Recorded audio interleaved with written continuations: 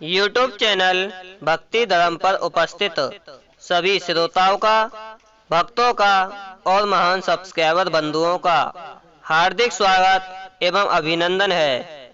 श्रोताओं, आज हम आपको एक बहुत रहस्यमय पहेली, जो जबकि अजीब रिश्तों से जुड़ी हुई है, उस पहेली का अर्थ बताऊंगा। तो आइए श्रोताओं, बिना समय गवाए वीडियो को प्रारंभ करते हैं कि यादव वंश में सुरसेन के खानदान में यादव नरेश सुरसेन के यहाँ एक पुत्री और एक पुत्र वासुदेव का जन्म हुआ था। श्रोताओं, प्रथातो सुरसेन ने अपने पपेरे भाई कुंती भोज को गोद दे दिया था। इस कारण से कुंती का प्रथात नाम कुंती पड़ गया था और कुंती और वासुदेव दोनों आपस में सगे बहन भाई थे। कुंती के यहाँ युधिष्ठिर, अर्जुन, भीम आदि योद्धाओं का जन्म हुआ, जबकि वासुदेव के यहाँ स्वयं साक्षात बाल प्रभु परमेश्वर भगवान श्री कृष्ण और बलराम का जन्म और एक पुत्री थी सुमित्रा का जन्म हुआ। तो इस तरीके से अर्जुन और कृष्ण मामा फूफी के भाई हो गए थे और आगे चलकर के कृष्ण भगवान ने अपनी बहन सुभद्रा का विवाह भी अर्जुन के साथ कर दिया था। तो इस तरीके से अर्जुन भगवान श्री कृष्ण के बहनेऊ बन गए, जीजा बन गए थे और सुभद्रा के गर्भ से एक पुत्र का जन्म हुआ था। उस पुत्र का नाम था अभिमन्यु। तो अभिमन्यु भगवान श्री कृष्ण और बलराम के भांजे हुए। कृष्ण भगवान और बलराम अभिमन्यु के मामा लगते थे, परंतु आपको ज्ञात होगा अर्जुन और कृष्ण मामा फूफी के भाई थे, तो एक नाते में चाचा लगते थे। श्रोताओं, आगे चल कर के मैंने एक वीडियो बनाया था कि बलराम ने भी अपनी पुत्री सुरेखा नाम मिलता है कहीं कहीं और कहीं बदसला भी मिलता है। तो बदसला का विवाह अभिमन्यु के साथ कर दिया था। अभिमन्यु की दो शादियां हुई थीं।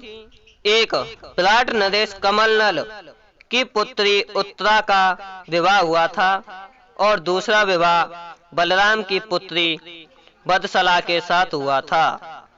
तो इस तरीके से बलराम ने भी अपनी पुत्री बदसला को अपने भांजे अभिमन्यु के साथ विवाह कर दिया, अपने भांजे से विवाह कर दिया था।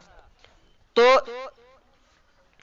इस तरीके से अभिमन्यु बलराम के दामाद हो गए, मेहमान बन गए। बलराम के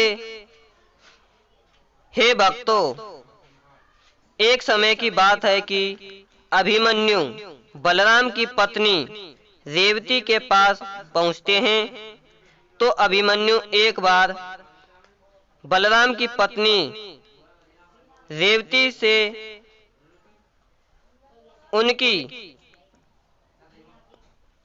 से काकी कहते हैं कि काकी काका कहाँ गयो है। अर्थात बलराम रेवती से पूछते हैं कि हे चाची, चाचा कहाँ गए हैं, बलराम जी कहाँ गए हैं और चाची कैसे लगी। अर्जुन और बलराम मामा फूफी के भाई थे, इसलिए इस नाते से चाची लगी और वह और जवाब में कहती हैं, बैठ जा जमाई, तेरा मामा आ रहा है। अर्थात और कह रही हैं उससे किससे रेवती कहती हैं अभिमन्यु से कि बैठ जा जमाता है। दामाद बैठ जा। दामाद क्यों हुआ? क्योंकि बलराम की पुत्री बदसला भी अभिमन्यु के साथ ब्याही थी। उसका विवाह भी अभिमन्यु के साथ हुआ था। तेरो मामा आरव है। और मामा कैसे लगे?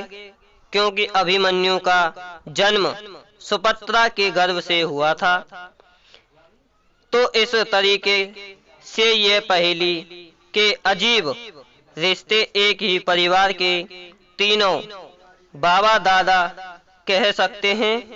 दादा पिता और पुत्र एक ही परिवार के तीन सगे भुआ भतीजे ब्याहित हुई थी।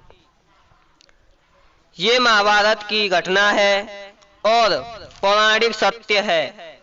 महाभारत में वर्णित है। आप सभी यह जानते हैं कि कुंती भी पांडु की पुत्री थी, सुरसेन की पत्नी थी और भगवान श्री कृष्ण की भुआ थी।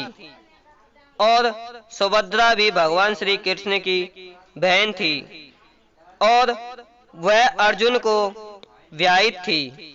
और ये भी आप जानते हैं, पर इसको कम लोग जानते होंगे कि अभिमन्यु बलराम के यहाँ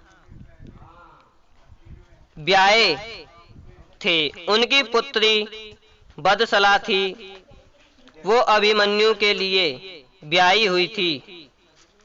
उसकी शादी अभिमन्यु के साथ हुई थी। तो इस तरीके से अभिमन्यु तीन नातों में फंस गए थे।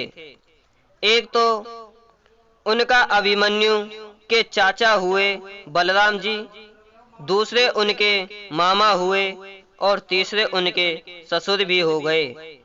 तो श्रोताओं, मैं उम्मीद करता हूँ आप सभी को यह वीडियो पसंद आया होगा। तो कृपया हमारे इस चैनल को लाइक, शेयर और सब्सक्राइब कर दें।